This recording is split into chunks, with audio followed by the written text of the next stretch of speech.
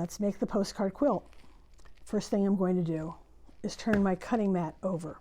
I don't want to depend on the lines on the cutting mat when all that matters will be the lines on my rulers. I know that most of you are going to agonize about the very first piece you cut, which is a 1.5-inch square fussy cut from a piece of millefeuille fabric. One idea you could have is to cut a 1.5-inch square of paper and move it around till you find the gizmo you want to put in the center. But I can promise you, no matter which one you pick, it's not as important as it feels in the beginning. I know you're starting out with it, and that feels like a really big deal, but it's a tiny little 1-inch square when you're done. So don't agonize too much, just cut yourself a square. I chose this one. So what I like to do is I like to set up my first steps. And in this case, the first steps are a center square and rectangles.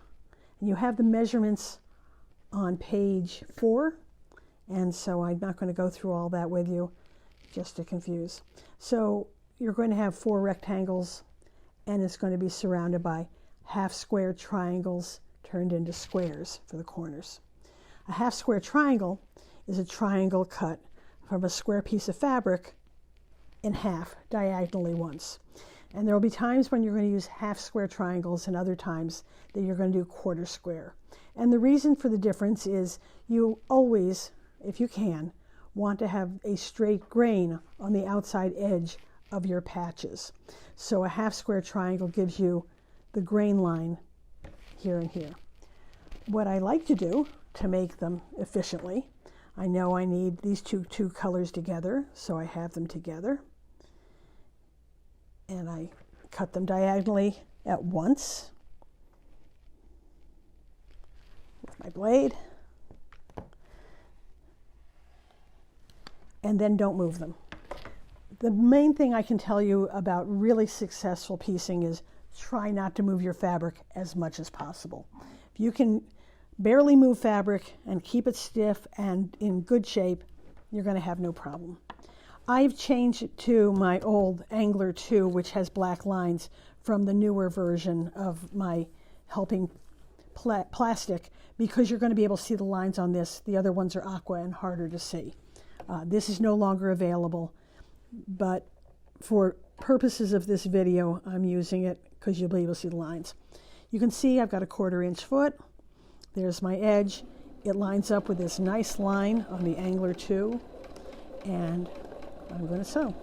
I'm using a neutral color thread throughout.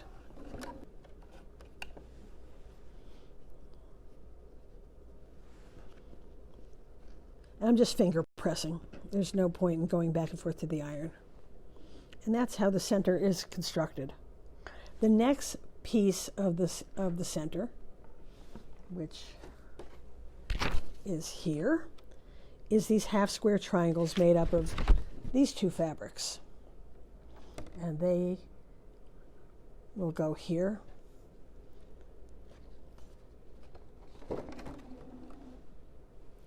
And eventually this goes here. And here. The golds go to the outside? No, they don't.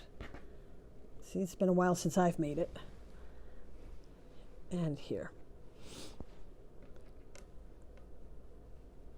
And again, we're going to do 2 half-square triangles, 2 different fabrics, cutting them together.